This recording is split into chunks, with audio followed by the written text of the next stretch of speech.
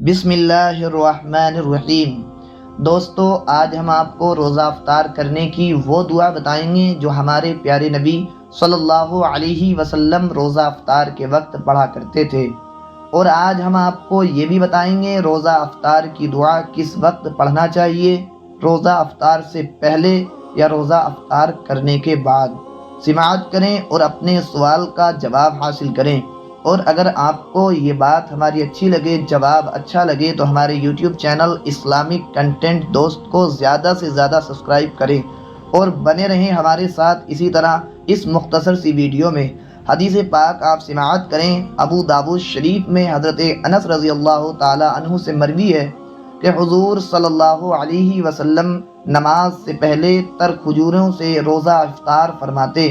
تر کھجوریں نہ ہوتی تو چند خشک کھجوروں سے، اور اگر یہ بھی نہ ہوتی تو چند چلو پانی سے آپ روزہ افطار فرماتے۔ اور روایت کی ہے کہ حضور صلی اللہ علیہ وسلم افطار کے وقت یہ دعا پڑھتے: اللہم لک صمت وعلی رزقک افطرت۔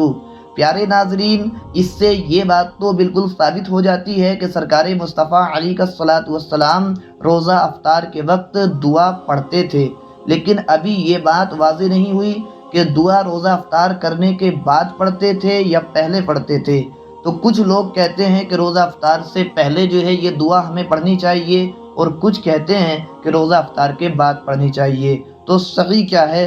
تو آپ سنیں، حضور فقیہ ملت رحمت اللہ تعالی علیہ فرماتے ہیں کہ روزہ افطار کی دعا روزہ افطار کرنے کے بعد پڑھیں، نہ کہ روزہ افطار سے پہلے۔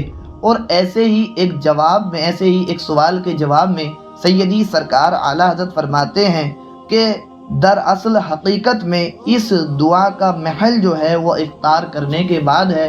اگر آپ روزہ افطار کی دعا کے ترجمے پر اگر آپ غور کریں تو آپ کو معلوم ہوگا کہ اس کا محل حقیقت میں روزہ افطار کرنے کے بعد ہے۔ لیکن یاد رکھیں، اگر کسی شخص نے روزہ افطار سے پہلے بھی پڑھ لی تو ایسا نہیں ہے کہ اس نے گناہ کر دیا یا اس کے روزے پر کوئی فرق پڑ گیا۔ بہتر یہ ہے کہ روزہ افطار کرنے کے بعد یہ دعا پڑھی جائے: اللہم لک صمت وعلی رزقک افطرت۔